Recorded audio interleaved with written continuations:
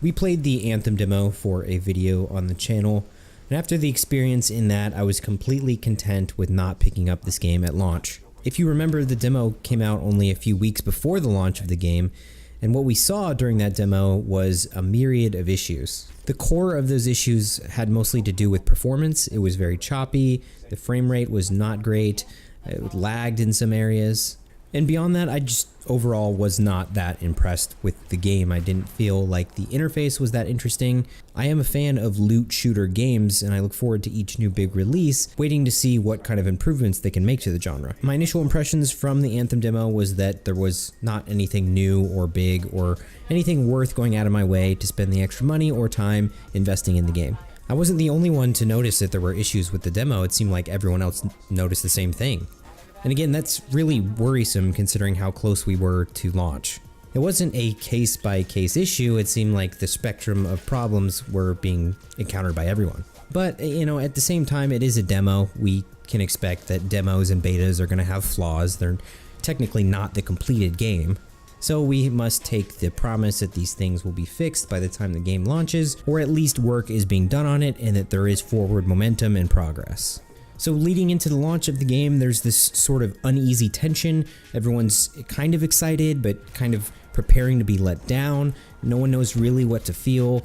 And I'm over here just as a observer. You know, I have no stake in this game. I was not planning on picking it up. And of course, no surprise, when the game comes out, it launches with a ton of issues. There's an immediate uproar, everyone's complaining, there's different issues affecting different people, it seems all over the place, it's chaos. I thought about doing a video already, previous to this one, but you know, it just felt too easy. You know, everyone was jumping on right away and yelling about this game, about all the flaws and everything, and you know, I felt like it would kind of be like kicking them while they're down, and certainly EA. There's been a lot of kicking them while they're down in the past couple years, and deservedly so in most cases.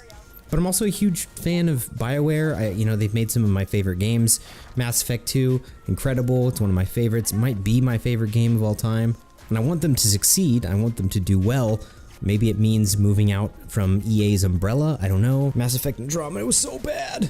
So Anthem's quickly going down in disappointment flames, and then things start happening like it's breaking people's PS4s, and like, oh my god, can this get any worse? Seriously, is there what's the next step in making this worse than it already is? Well, that next step happened yesterday. After this, I was still unsure if I even wanted to make a video on it, but I gotta like air it out, because holy shit. An Anthem player exposed a major flaw in the game on Reddit yesterday.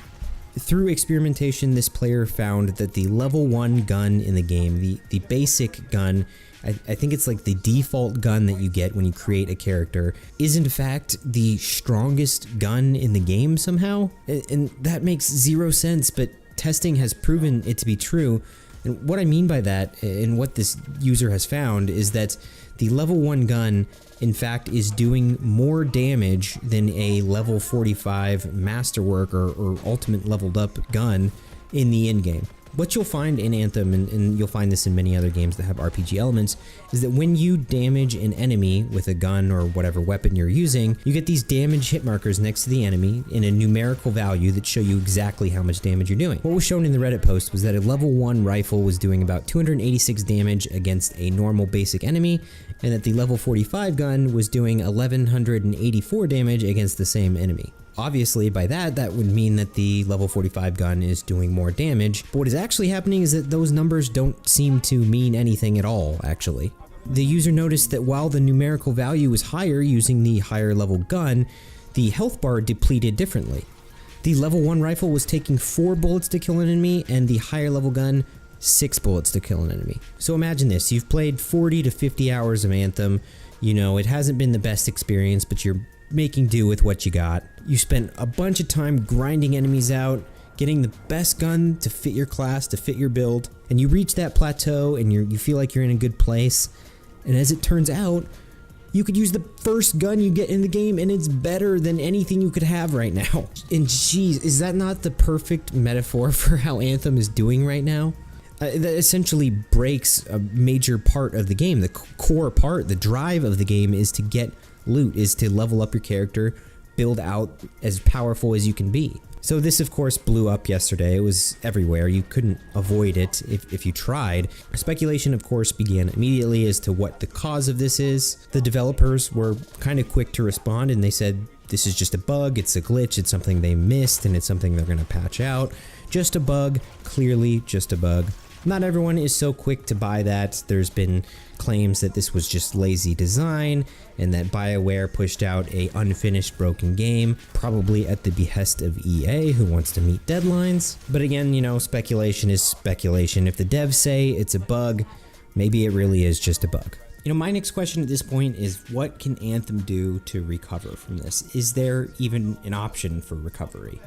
You know, of course they can of course patch this out. They can fix the system in which you scale, however much it takes. I'm sure that that's their priority right now, is to fix the problem. But I don't know if that's enough to put out the fire that has been lit under the game. I mean, seriously, it's burning down as we watch. My feeling is that this game is going to be something that's going to show up on the Xbox Game Pass in the next few months.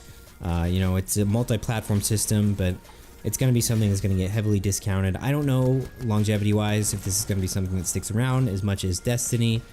It's broken in some very fundamental ways. And you may be thinking, what is EA's response to this? Well, they're not going to E3 this year. Of course, EA could have already been planning this. Sony said that they weren't going to be there.